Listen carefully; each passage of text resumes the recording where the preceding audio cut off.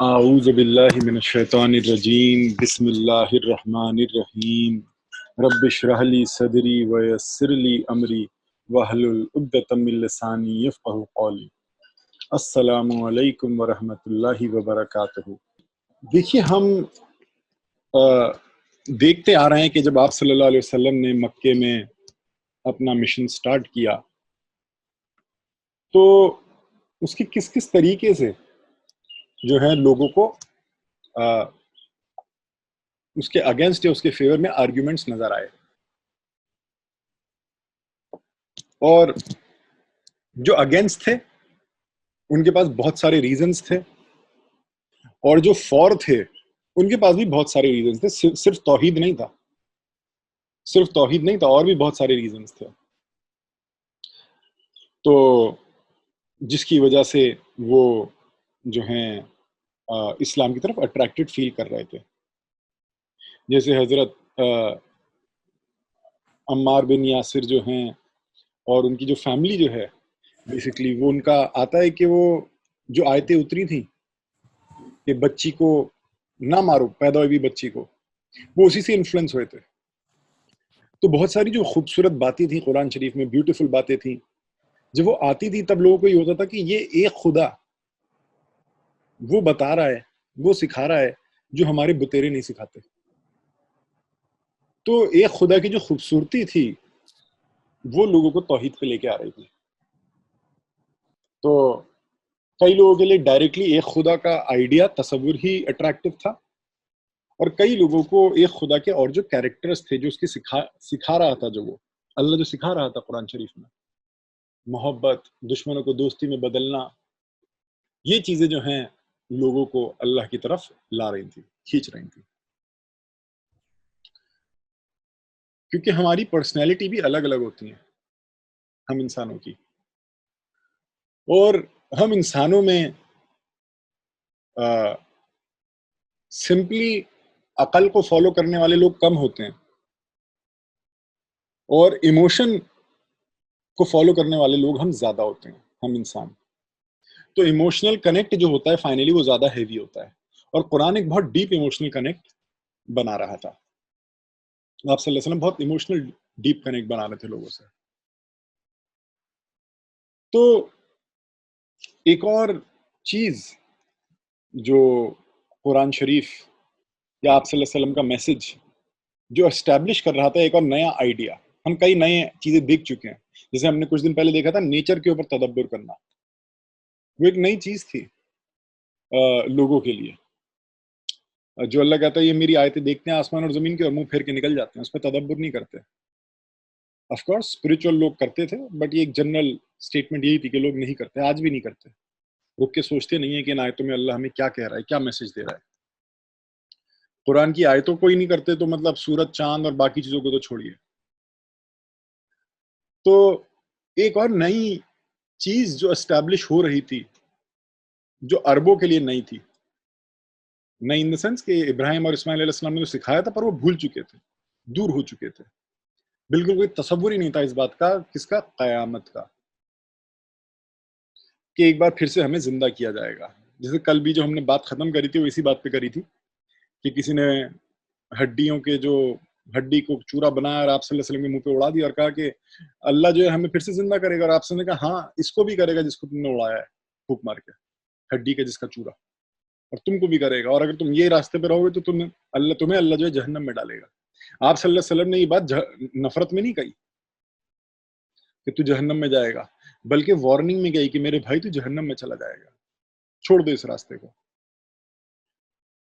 تو قیامت کا جو کانسیپٹ ہے وہ بہت نیا لگ رہا تھا مکے والوں کو، اور بلیف کرنا ان کے لیے تھوڑا سا پرابلمٹک ہو رہا تھا ان لوگوں کو اس بات میں کہ پھر سے اٹھائے جائیں گے، کیونکہ ان کا مطلب یہی تھا زندگی کے بس یہیں پہ جیے اور مرے اور ختم۔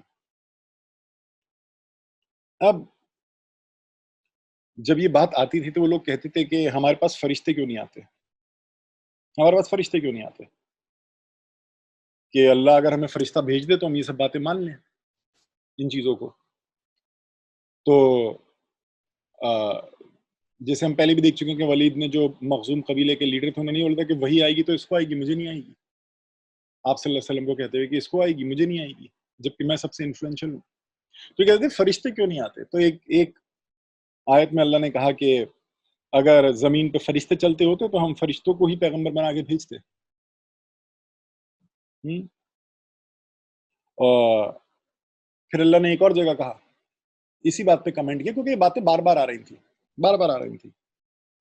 جسے یہ جو میں نے آپ کو پہلی والی آیت بولی وہ سامنے ہے نہیں، وہ سورہ اسراء کی آیت ہے، آیت 95، کہ اگر زمین پہ فرشتے چلتے ہوتے تو ہم فرشتوں کو ہی پیغمبر بنا کے بھیجتے. اور یہ سورہ فرقان سورہ 25 آیت 21 اور 22 آپ کے سامنے ہے اسکرین پہ. اللہ نے ایک بار یہ جواب دیا کہ جو لوگ ہم سے ملنے کی امید نہیں رکھتے کہ ایک دن ہم ملیں گے اپنے رب سے، ہمارے خالق سے، ہمارے مالک سے، جو امید نہیں رکھتے، وہ کہتے ہیں کہ فرشتے کیوں نہیں بھیجتا وہ ہمارا خالق، ہمارا مالک. یہ ہم اپنے رب کو دیکھ کیوں نہیں پاتے؟ اللہ کہتا ہے وہ بہت گھمنڈی لوگ ہیں، بہت گھمنڈی لوگ ہیں، تکبر میں ہیں. تو جو ہے گھمنڈی ہیں، تکبر ہیں، ایروگینٹ ہیں. اللہ کہتا ہے ان کے لیے کوئی اچھی خبر نہیں آئے گی قیامت والے دن، جو گلٹی لوگ ہیں. جب وہ فرشتوں کو دیکھیں گے، جب وہ ایکچولی دیکھیں گے فرشتوں کو، تو فرشتے ان سے کہیں گے آج تم اس بیریئر کو کراس نہیں کر سکتے.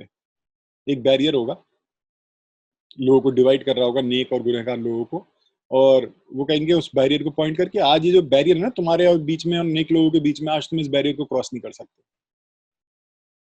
پر اس میں دیکھیے ایک بات آبزرو کرنے کی کیا ہے، میں نے کہا ہم اپنے رب کو دیکھ کیوں نہیں سکتے. دیکھیے کئی لوگ جو ہیں جو ایمان لائے تھے، ان کو یہ جو سوال جو کر رہے ہیں کہ فرشتے ہم کو کیوں نہیں آتے یا ہم رب کو کیوں نہیں دیکھ پاتے، جو ایمان لائے تھے، فار ایگزامپل حضرت ابوبکر رضی اللہ تعالیٰ عنہ کے لیے کوشچنز نہیں تھے امپورٹنٹ، یہ کوشچن انہیں پرابلم نہیں دے رہے تھے، پر دوسرے لوگوں کو دے رہے تھے. جو صحابی تھے وہ تو اللہ کو دیکھ پا رہے تھے، دیکھ پا رہے تھے آنکھوں سے نہیں، اپنی دل کی آنکھوں سے. وہ اللہ کو دیکھ پا رہے تھے اپنی دل کی آنکھوں سے. اور یہ لوگ جو ہے بات کر رہے ہیں اپنے رب کو کیوں نہیں دیکھ پاتے، اور وہ فزیکل آنکھوں سے بھی دیکھنے کی بات کر رہے تھے. پر جس کی دل کی آنکھیں دیکھ لیتی ہیں خدا کو، پھر وہ یہ نہیں کہتا کہ میری چہرے کی آنکھیں کیوں نہ دیکھیں. مجھے سمجھ میں آ جاتی ہیں بہت ساری باتیں، وہ ایکسیپٹ کر لیتا ہے، وہ سبمٹ کر دیتا ہے، وہ سیٹسفائی ہو جاتا ہے. آف کورس اس کے بھی الگ الگ درجات ہیں، میں اس میں نہیں جا رہا ہوں کہ اللہ سے قربت کے اور اللہ کو دیکھنے کی چاہ کے. تو پوائنٹ یہ ہے کہ کئی لوگوں کو تو یہ پرابلمز تھیں کہ فرشتے ہمیں کیوں نہیں آتے یا ہم رب کو کیوں نہیں دیکھ پاتے، اور کئی لوگوں کو یہ پرابلمز نہیں تھی. وجہ کیا تھی؟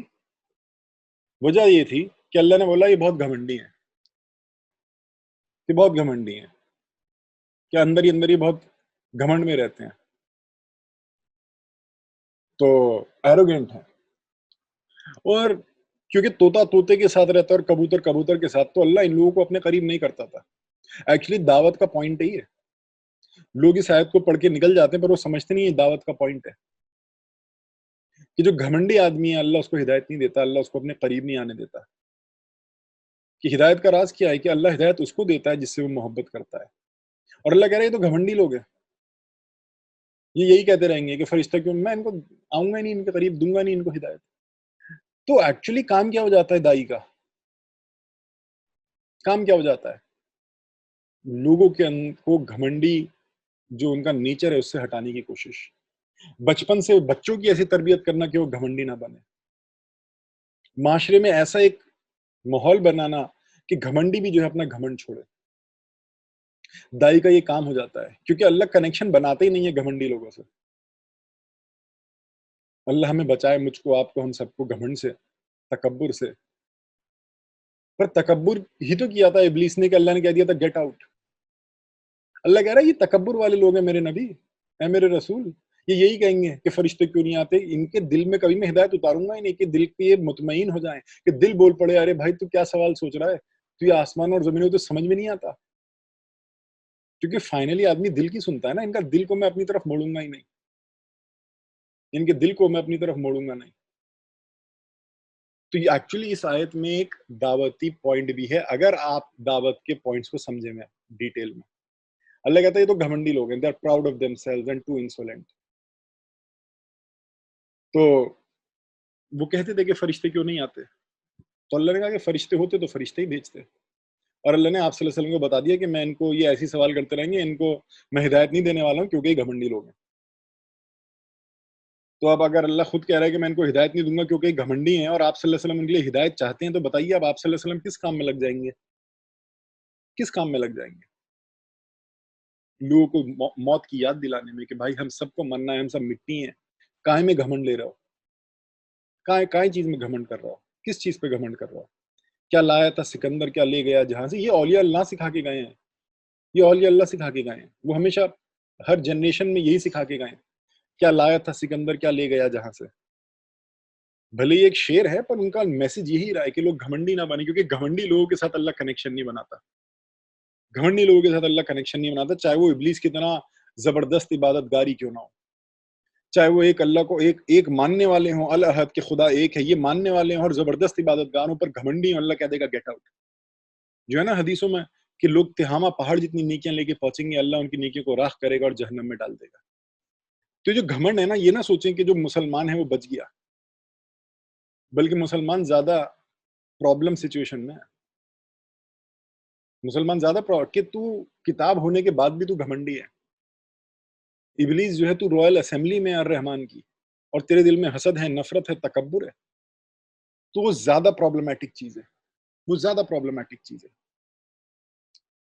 تو خیر اللہ جو ہے اس طریقوں کی آیتوں سے جو ہے ان کو جواب دیتا تھا، اور گھمنڈ کو سمجھ لیجیے توڑنے کے لیے یا ادروائز ریالٹی کو جتانے کے لیے قیامت کی بہت بات ہونے لگی قرآن شریف میں، کہ جیسے یہ سورہ القاریہ ہے، بسم اللہ الرحمن الرحیم، کہ وہ شوق کا دن کیا ہے جب سب شوق میں ہوں گے، جھٹکا لگا ہوگا سب کو، وہ جھٹکا کیا ہے، اور تمہیں کیا بتائے گا کہ وہ جھٹکا لگنا کیا ہوتا ہے نا، ہم کہتے ہیں کرنٹ کا جھٹکا لگ گیا، وہ دن ہیں جب انسان جو ہیں جلے ہوئے پروانوں کی طرح پڑے ہوئے ہوں گے، ہے نا، کسی لائٹ سورس کے آس پاس پروانے جو ہیں وہ لائٹ سورس پہ جاتے ہیں اور جل کے گر جاتے ہیں اور بھرے ہوئے ہوتے ہیں۔ اگر آپ دیکھو، میں نے دیکھا ہے کئی جگہوں پہ ایسے جہاں پہ زیادہ ہوتے ہیں کہ پورا سڑک جو ہوتی ہے نا وہ بھر جاتی ہے، پوری سڑک بھر جاتی ہے۔ اگر وائٹ سڑک ہے، لائٹ کلر کے کوئی پتھر وتھر لگا ہوا ہے اور اس میں،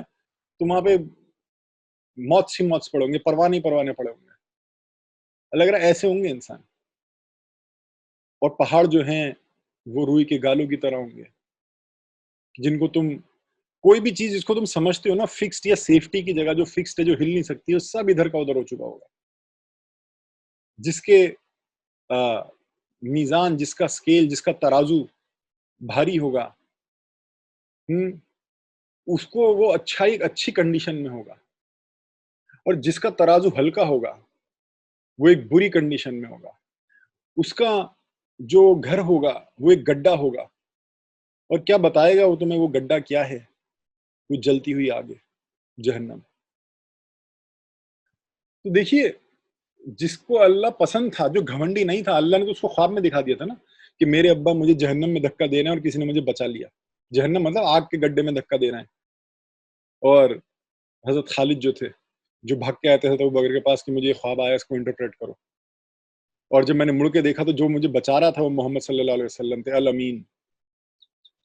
تو جو گھمنڈی نہیں تھا، اللہ نے تو اس کو خوابوں کے ذریعے اپنے قریب کر لیا کہ تو اتنا پیارا انسان، تو مجھ سے دور نہ رہے، چل میں تجھے خوابوں، تجھ سے میرا رسول نہیں ملے گا ڈائریکٹلی، پر میں تجھے اپنے رسول کے پاس پہنچاؤں گا۔ لوگوں کے ساتھ اللہ نے ایسے راستے کھولے، اور کئی لوگ قرآن بھی سن رہے ہیں تو ان کے اوپر اثر نہیں ہو رہا ہے۔ ایک اور سیٹ آف آیت ہے، اس میں بھی قیامت کی بات ہوتی ہے۔ ایک قصہ سنا ہے کہ فرعون نے نافرمانی کری اللہ کے رسول کی، موسیٰ علیہ السلام کی، اور انہوں نے اس کو تباہ کر دیا۔ اور تمہیں جو ہے کیا چیز ڈرائے گی اگر تم ڈس بلیور رہو گے قیامت کے دن میں؟ وہ دن، اس دن سے کیسے تمہیں ڈر لگے گا جب بچوں کے بال جو ہیں وائٹ ہو جائیں۔ کہتے ہیں نا کہ جو ٹینشن میں رہتا ہے اس کے بال وائٹ ہو جاتے ہیں، جو فکر میں رہتا ہے اس کے بال وائٹ ہو جاتے ہیں۔ ایک کہاوت یہ بھی ہے کہ جو موت کو بہت زیادہ یاد کرتا ہے اس کے بال وائٹ ہو جاتے ہیں، کہ تباہی کو، ڈسٹرکشن کو، کہ وہ دن ایسا ہوگا کہ بچے اتنے ٹینشن میں آ جائیں. بچے کو ٹینشن نہیں ہوتی نا, ان کو نہیں پتا جنگ چل رہی ہے, کیا چل رہا ہے, دنگوں کا ماحول ہے, وہ تو اپنے کھیل میں لگے رہتے ہیں بچے. اللہ کہہ رہا ہے بچے بھی اس دن جو ہیں ان کے بال سفید ہو جائیں گے, اتنے ٹینشن میں ہوں گے. تو بڑوں کا چھوڑو, آسمان جو ہے پھٹ جائے گا اور اللہ کا وعدہ پورا ہو جائے گا. اور بے شک یہ ایک ریمائنڈر ہے, یاد رکھنے کی چیز ہے یہ بات.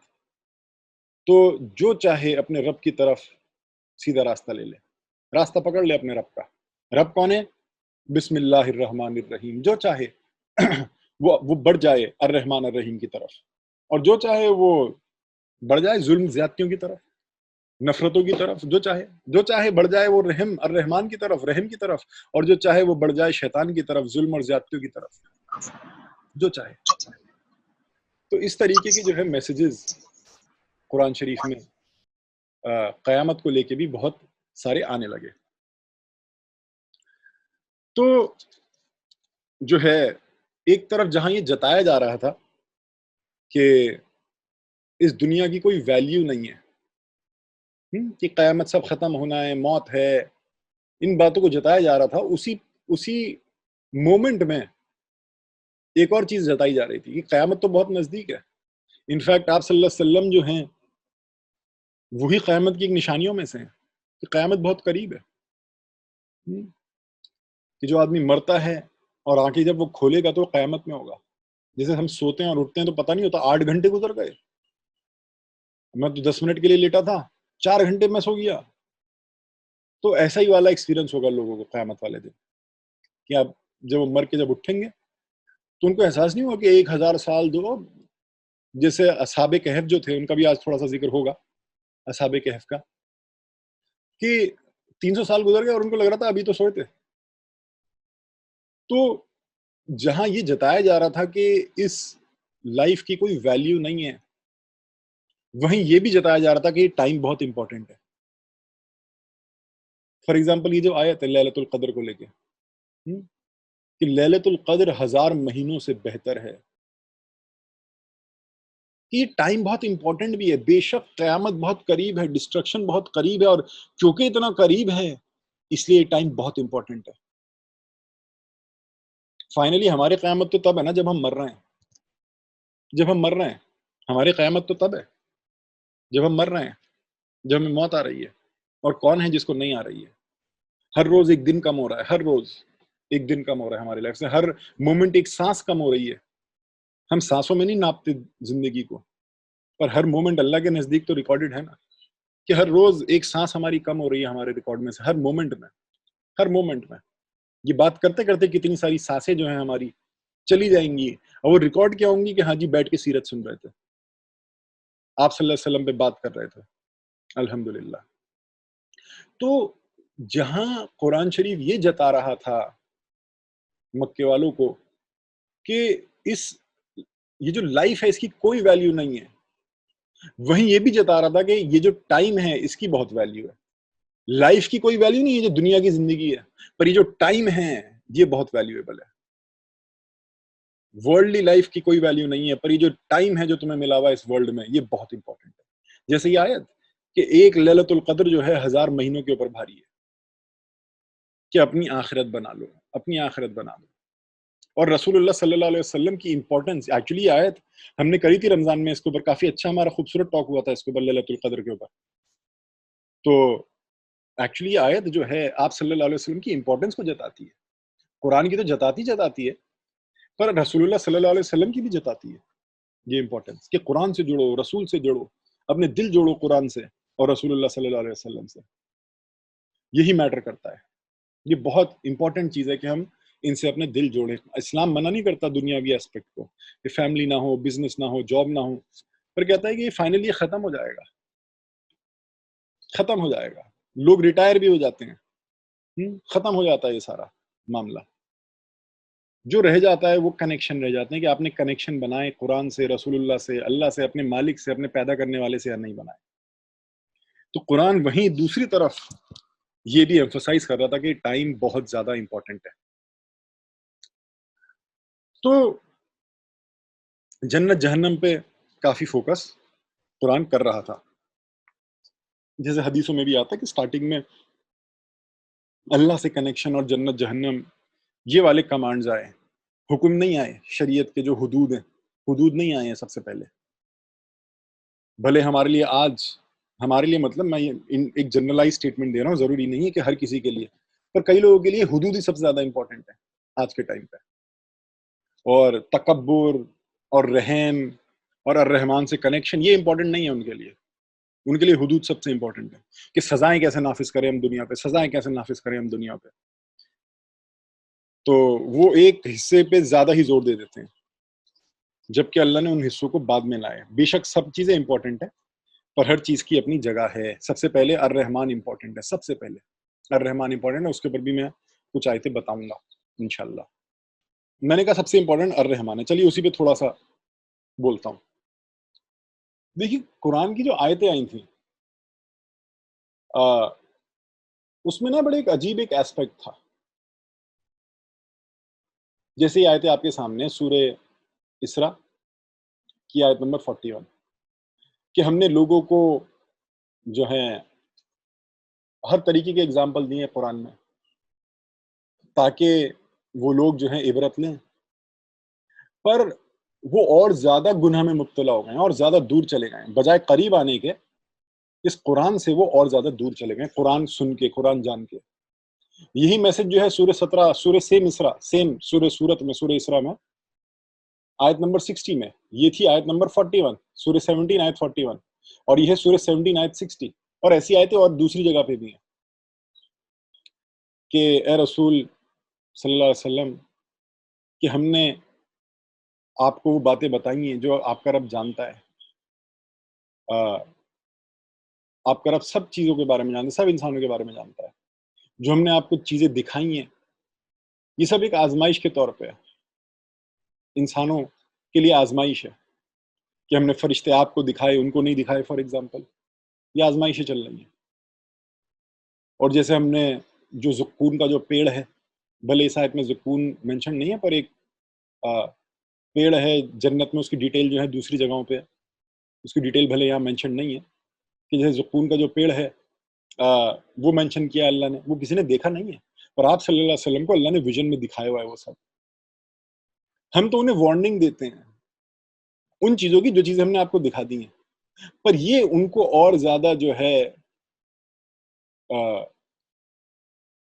تکبر میں لے جاتی ہے، گھمنڈ میں لے جاتی ہے، کفر میں لے جاتی ہے، اور زیادہ یہ جو ہیں تکبر میں چلے جاتے ہیں، گھمنڈ میں چلے جاتے ہیں. اب یہ والا جو ایسپیکٹ ہے، کئی لوگ نا اس ایسپیکٹ سے قرآن کے کنفیوز ہو جاتے ہیں کہ قرآن کیسے کسی کا سورس بن سکتا ہے تکبر کا، کیسے بن سکتا ہے؟ کیا نہیں بنا؟ کیا نہیں بنا؟ ہم اپنے معاشرے میں بھی کئی لوگوں کو دیکھیں تو تکبر کرتے ہیں کہ جی ہم تو مسلمان ہیں، تو تکبر کے سینس میں، نہ کہ شکر کے سینس میں.